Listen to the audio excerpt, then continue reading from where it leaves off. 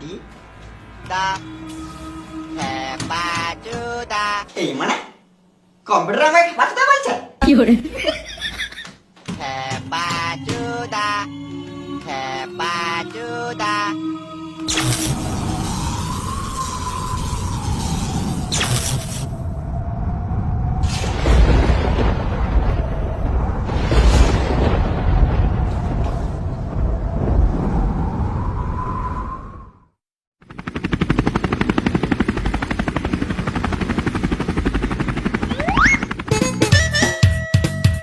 এ দাঁড়াও দাঁড়াও দাঁড়াও,